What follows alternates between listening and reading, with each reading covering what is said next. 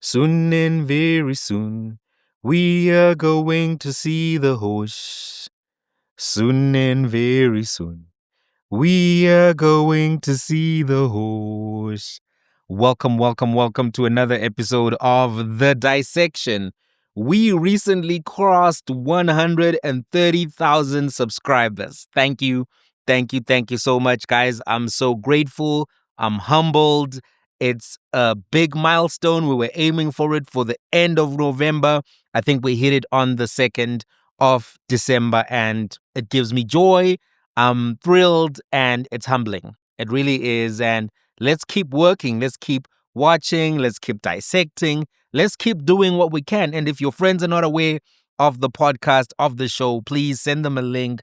Tell them to check it out. We're covering all of this hosh kari behavior as and when it unfolds. So let's dive into it. Today, some incredible things were happening. Incredible things. So Katiso Molefe went to court. We'll talk about what he was doing in court. But as he was leaving the court, something spectacular happened because his guards were arrested, his bodyguards. You can't make this up. You know, Tupac wasn't lying when he said Mzansi is a drama, a series, a movie, a telenovela, an amapiano song. He wasn't lying because who would have thunk it, as they say? Who would have thunk it? So this is what happened. There are two men, aged 24 and 36, who were arrested today. They were arrested for carrying two semi-automatic rifles, two semi-automatic rifles, which they were not licensed to have in their possession. Can't make it up. So they were driving unregistered cars, or cars rather that were not registered under the license plates, which they were under. 2H1 Hyundais, I think is what they were driving. So the vehicles that they were driving were not matching with the license plates under which they were registered. And these gentlemen were then arrested. Katiso Molefe himself left in a vehicle which did not have any registration details on it. Now, if you think about all of this, it actually matches with the modus operandi we heard about how he operates and how he has been operating. The use of stolen vehicles which are not registered under, and then used with fake number plates, basically, which is what seems to have been suggested here. And then the use of these heavy firearms also, which don't seem to be legally possessed or properly registered by people in his nexus. These are the same allegations that chased him when he was accused of the murder of a man. Swat. This is what we saw from witness A. This is what we heard from witness B. The man is always surrounded by guns. Those guns aren't legitimate or cleared or, in any shape or form supposed to be in the hands of the people who are holding them. And it looks as if he's continuing with that very same behavior. And it may very well be now that the CAD VIP guys are under arrest and, some of his police guys are also under the hot seat, that he cannot use a security company anymore. He cannot use the typical protection that he has been using, and now he has to resort to some kind of freestyling, some kind of low-key, whoever he can find. And it's leading to these types of situations. And because these two men were arrested today, I wonder if it's going to be the case that he won't be able to easily get more security. Because if you're no longer operating with some police protection, with some protection from, these security companies, who's left? Who's left to protect you? And it's quite interesting also to observe that they're still watching him. They're still watching him very closely and watching who is around him very closely. And I don't think this is something that he anticipated to happen to him today. So that was the first hosh kari activity which happened today, is the arrest of Katiso Molefe's bodyguards. Then the second thing that happened today is that there was a consolidation of the dockets. You must remember that Katiso Molefe is accused effectively of 5 murders at this particular point. The murder of DJ Somebody and his 2 bodyguards, which occurred in 2022. The bodyguards being Sibusiso Mokoena and Sandile Mieza.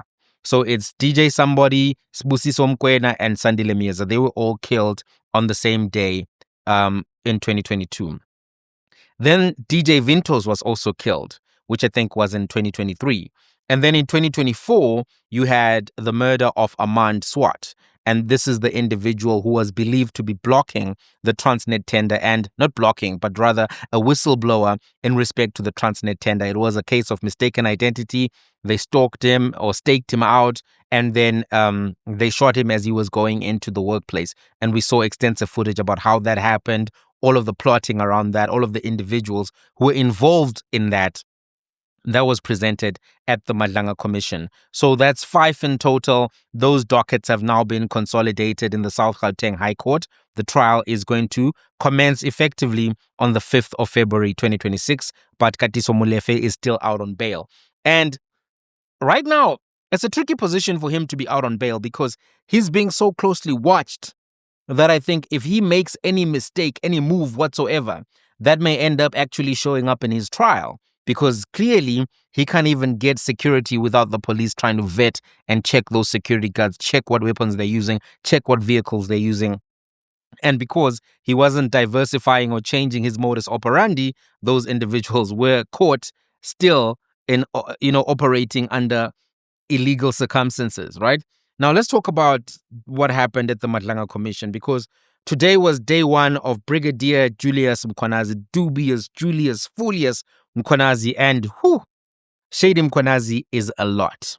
He's exhausting, is what he is. So he's facing very serious allegations as it pertains to him. Number one, that he had an illegal contract or arrangement with Cat VIP and with Medicare 2420 district, right? So that's the first one, that he just did not have the power, the authority to enter into any kind of commercial or, municipality deal with these individuals. That's number one. Number two, the issue of the blue lights, because we know that Vusi Matlala's ex-wife was using blue lights, right? And these were the blue lights which had come from the Ekhuruleni Metro Police Department. So Julius is facing that allegation, dubious Julius, shady Julius. Then there's the allegation that he appointed rogue officials, up to 55 rogue officials, unlawfully. Then there's the issue that he refused to have his criminal records checked. Then there is the allegation that he stole from a particular site. They went in, they were not allowed to do investigations. They went in and, in the guise of investigating, seized copper, and that copper then went into the market and was sold by them. Then there's the issue of obstruction of justice.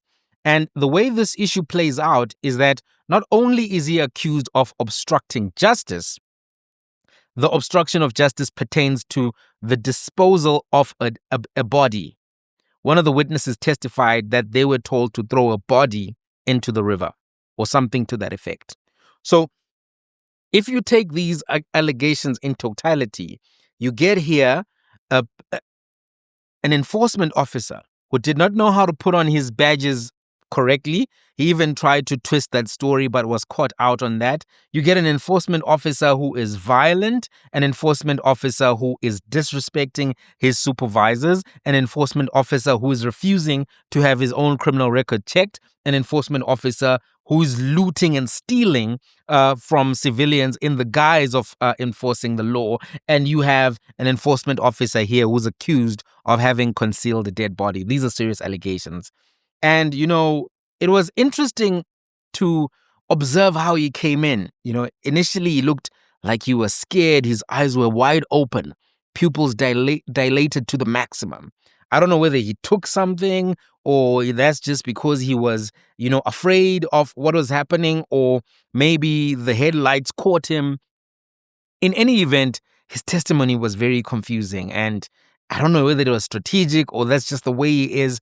But he also did this very weird thing. I think this guy has drank up to 3 liters of water, because every time he speaks. He speaks.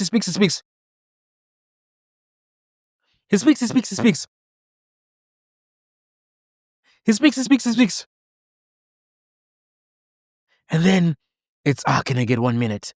Can I get 1 minute? Then he goes away for 5 minutes. Now, part of me is wondering whether these 5-minute breaks are for him to go get coaching and talk to somebody on the other side of the line to actually, because he does have to go to the bathroom, and clearly he's showing that I'm drinking all of this water, and that could be a strategy then to go and get briefed on how to confuse or how to create a ruse or whatever the case may be. But it was very peculiar behavior. When it comes to his testimony itself, he was contradictory. He basically lied and he basically denied everything. So far, they've asked him about the CAT VIP Memorandum of Understanding. He says the signatures were not his. Everything that he has been doing has been frustrating to observe, and many people throughout the day just gave up. And I wonder if that was the strategy. Just take a look at this exchange. You will see how even, the chairperson, Commissioner Madlanga, Justice Madlanga, is just pissed at this dude. He just can't. Because it's frustrating to talk to somebody like this. And I'm not sure whether it's, if he is just trying to confuse and muddy the waters, I don't know if he'll prevail because so many witnesses have come before him, or if this is how he really is. How did he get the jobs that he got? How were Imoheng Mashazi and all of these people working with somebody who behaves and operates like this? I don't know, but watch this. Listen to my question. Please listen to my next question. My next question is, had anything changed by the 16th of October 2021? Or was the situation still the same as it was on 15 October 2021? Simple question. Had it changed? Yes or no? Had it changed? Yes. Overnight? Not overnight. 15 October 2021, 16 October, that would be overnight. Had anything changed? Can I explain, Commissioner? You will tell me, no, you're losing it. What had changed? You see, remember I've said there was a communique. We're communicating. What had changed? But it was not... Commissioner, you've spoken about the communique, and I asked you questions around it, and I didn't follow what you were trying to say. I am saying, what had changed? It's a simple question. What had changed from the 15th of October 2021 to the 16th of October 2021, the very following day? What had changed? It's a simple question. Are you saying in terms of the numbers or? In terms of the answer that you gave when I first engaged you, I asked you if there was in existence any formal arrangement with any security company for it to provide security services to the Metro. I'm talking 15 October 2021.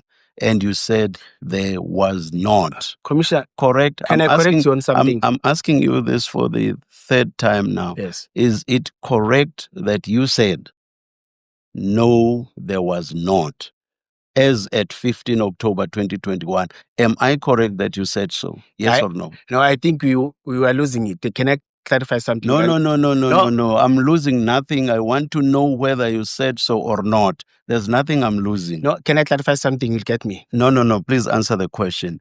Did you or did you not say so? Remember, you've already said more than once. That there wasn't. But so I'm repeating the question now because when I go to the 16th of October 2021, you confuse me. That is why I keep going back to the 15th of October 2021. Do you confirm that you said that as at 15 October 2021, there was no formal relationship or... Yes. Now I get you. In terms of which it cannot be that just because of my use of relationship, suddenly you understand me. No, you said yes. You said providing services to EMPD. They're not providing services to EMPD. Okay. It's relations when they're working with communities, because we've got different companies that are contracted, that are providing services to us. I don't want to go out here having another day. Okay, maybe then please clarify what the issue about 28 was. It was what exactly? Paragraph 28, your paragraph 28. What was lacking? What was lacking? It was about working relations with them when they are operating on the ground, not providing services to the city, but working with them, when they're executing their crime prevention. having cooperation between the EMPD and the security companies. Yes, Commissioner. So as of the correct. 15th of October 2021, you say there was not. Yes. Okay, just a minute then.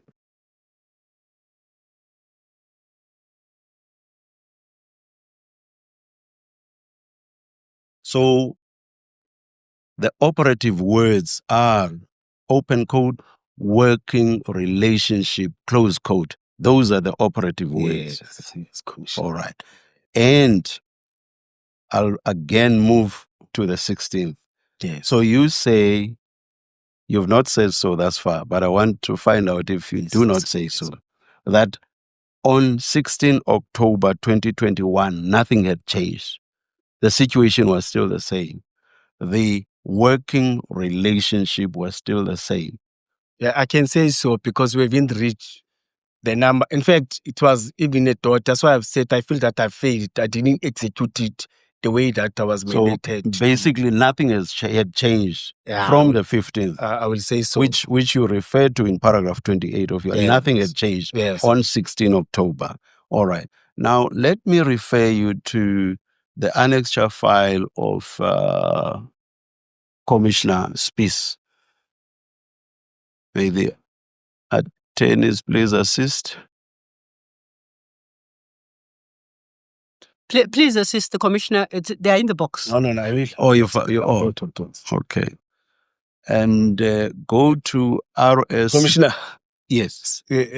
I'm even afraid of asking for 1 minute. Asking for another 1 minute. No. I will jump. Always feel free, Commissioner. Before we start, always feel free. What do you make of that hosh curry salad that he was speaking? I don't know if you watched parts or some of what he was presenting today. What do you make of everything that Brigadier Julius Mkhwanazi presented? While Madlanga Mkhwanazi is bringing honor to his family name, Brigadier Julius Mkhwanazi is doing all he can to destroy the reputation of his family. What a disaster of testimony.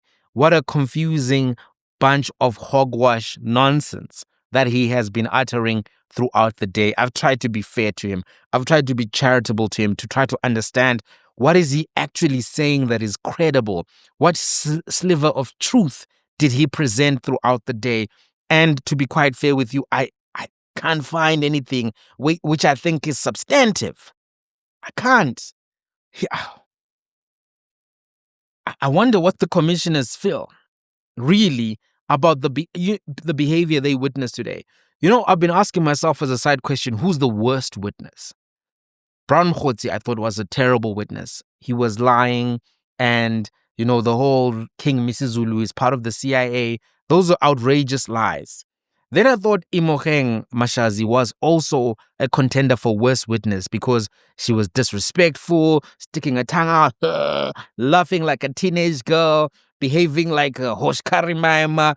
I was like, what is happening? You're 65 years old. Why are you behaving like this? She was consistently saying, I don't know, I can't recall. And, you know, I concede your point, and not really providing anything substantive to the commission.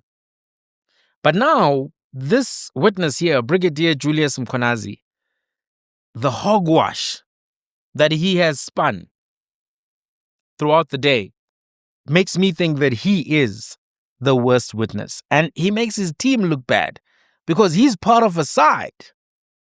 You are part of a side which is implicated in a variety of things linked to this character, Vusi Matlala. And there are people who are going to try and come and say, no, we are fine. And there's nothing untoward that has happened with this person, Vusi Matlala. But at the point at which you have testimony of this nature, jeez. Yeah, so he's going to continue tomorrow. We'll see as the questions keep coming from the commissioners how they handle him tomorrow, because Brown Mkhwanazi on day one also posed some challenges to the evidence leaders, but by day two they had it figured out. So let's see what happens tomorrow. But what a chaotic and symbolic day one. You know, they let you speak and get your version out and all of that. And even as he was doing that, at some point they had to cut him, say, no, 12:30, we have to move on. We have to get into the questions because this is going to take all day and it's not adding any value. So summary of today is basically like, it was a whole salad of nonsense. Salad of nonsense. You also saw that even the chairperson is just like, aye.